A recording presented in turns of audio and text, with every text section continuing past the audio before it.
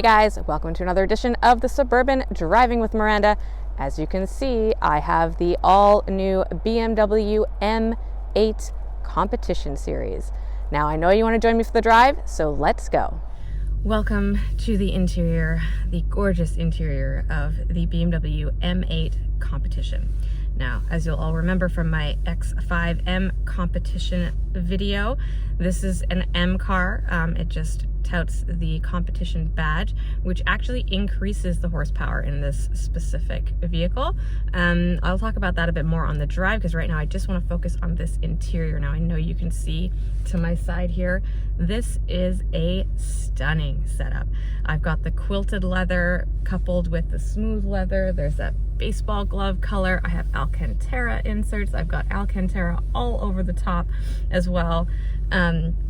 The M stitching on the steering wheel. I've got carbon fiber inserts here and there, brushed chrome, and this is a gorgeous place to be sitting. It's comfortable, and in all honesty, it feels quite large in here, as compact as they've made it and as like race car cockpity as it can be. I still have room to breathe. Now this is a pretty big car, and I'll get to that as well when I talk about the exterior. Like, it's very long. This is a Grand Coupe, so it has that coupe silhouette, but it has 4 doors, which makes it slightly more practical. But let's get back to the interior. So I have a really nice big screen here. I'm able to connect to CarPlay via Bluetooth. It's a little bit sketchy sometimes. It drops in certain areas. The songs will skip out. It's not perfect, not as solid as a wire connection, but I'll take it. I also have a charge pad down here. I have all of my iDrive controls that I can get to with the big turning knob. If not, I can do everything on the touchscreen as well.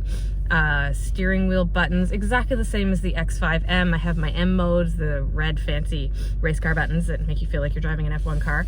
And my red start stop engine button, which is also very important to get that V8 rumbling. I've got a full digital gauge cluster in front of me, which I can change up to look and show whatever it is that I need in that moment. If I'm tracking, I can have my my horsepower showing, my PSI for my turbo, I can have my G's, all of that. I can watch it, or I can simply have what's playing on the radio put in front of me. Yeah, it's just, this is a beautiful, beautiful interior. And truthfully, it has a lot of room. You know, you can see my son's seat in the back.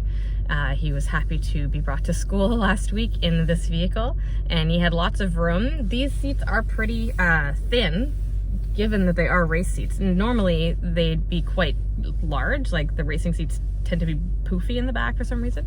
But these are really nice, and they're adjustable in like a million different ways up here in the front.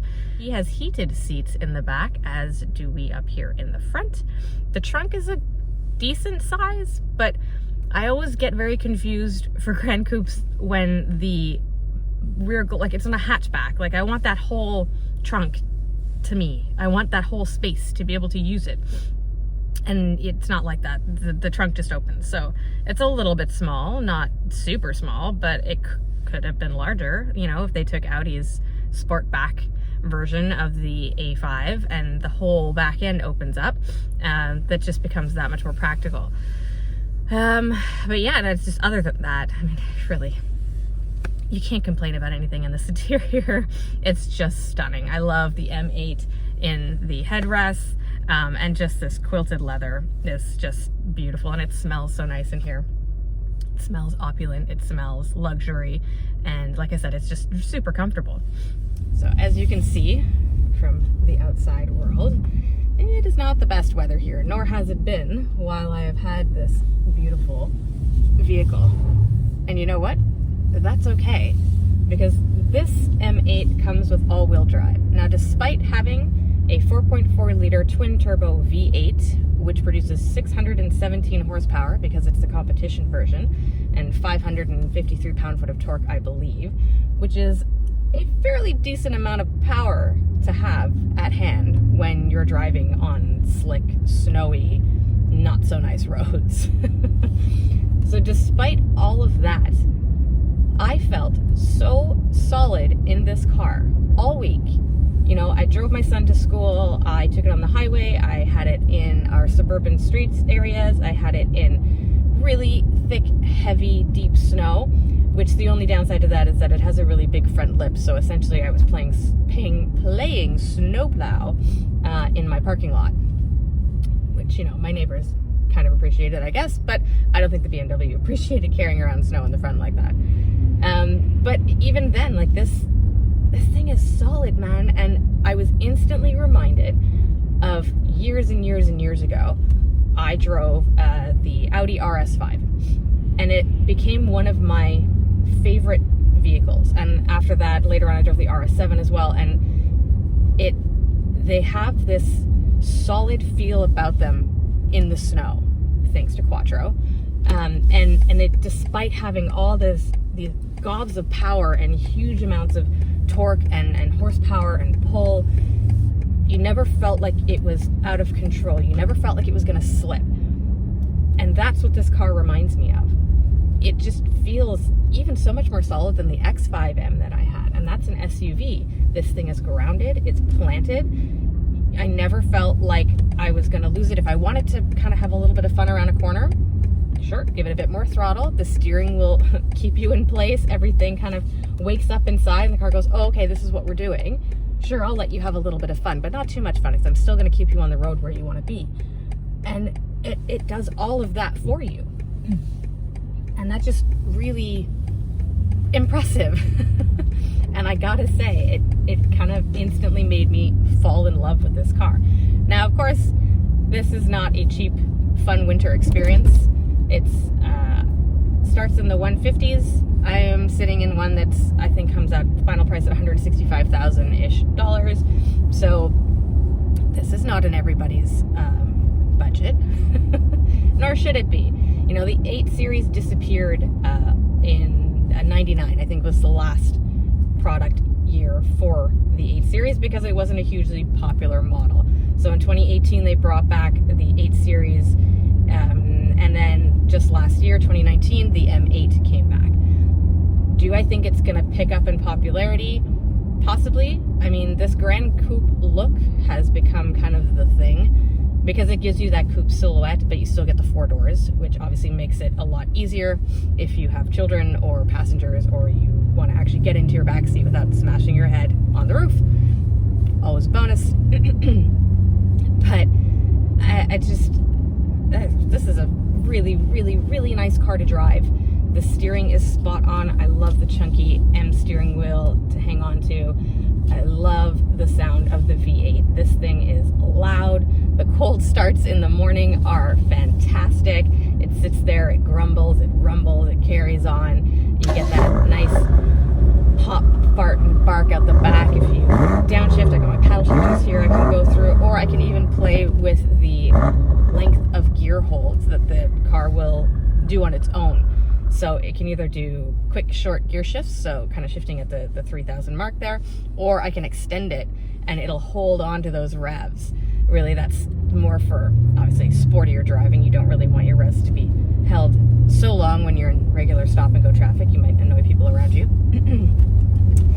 But it's just, it's a ton of fun, man. And even in M mode, I can change everything. I can change how my steering feels, how my suspension feels, how my brakes are. You know, there's just so much to this car. And I feel like even in the week that I've had it, I have not properly explored everything that it can do. And of course, I haven't been able to take it on a track. I don't think that I would, maybe in this weather. Well, maybe I would, given how good the all-wheel drive is. But I feel like there's a lot more to it. And if you owned this car and you drove it every day, you'd probably find new things about it kind of all the time, or new experiences, and say, oh, that's how it handled this, or it did that so well, and never had that experience before. And it's just feels very BMW, feels very dynamic, and yet it feels different. It feels better, and it feels improved. And, you know, of all the M cars that I've driven over the years, you know, the M4 is fantastic and will always kind of be not the flagship, and the M5 is heavier and bigger, but just this feels like one of the best M cars that I've had the pleasure of driving. There is absolutely nothing bad to say about the exterior look of the BMW M8 Competition. This thing is stunning. Nose to tail, it has gorgeous lines. Now, this is a big car. It is really long. I've had it parked beside a few normal cars, regular hatchbacks, regular sedans, and it is long. Even driving it, you're well aware of the size of the hood, but that's okay. It's grand. It takes up space on the road, as it should. Not only is it loud, but it is proud in the way that it looks. It has all the signature BMW bits and pieces, like the kidney grille, the angel eye headlights with the little blue accents. The rear end is just beautiful. Everything about this car screams performance and coupe, even though it is a four-door. That's why it is a Grand Coupe. It has a full carbon fiber roof, which you can't really see the difference with this color, but in the sunlight, all those little carbon fiber bits and pieces sparkle and shine. And honestly, just every angle, this car looks beautiful, even on its winter rubbers.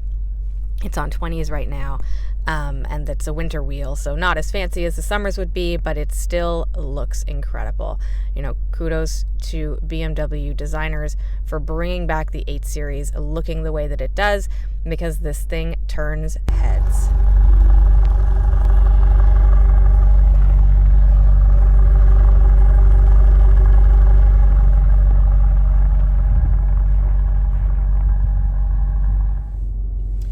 Well, that's been it for me in the BMW M8 Competition. Trust me, I am just as sad to see it go as I'm sure you are. I've had a phenomenal week with this car. Everything about it screams perfection performance in just the BMW way that you would expect it to. So I hope you guys had fun. As always, if you have any questions, you can hit me up at Miss Miranda L on Twitter or Instagram, or Miranda Lightstone on Facebook.com, or drop a message below. And I hope to see you guys back next week. Stay warm.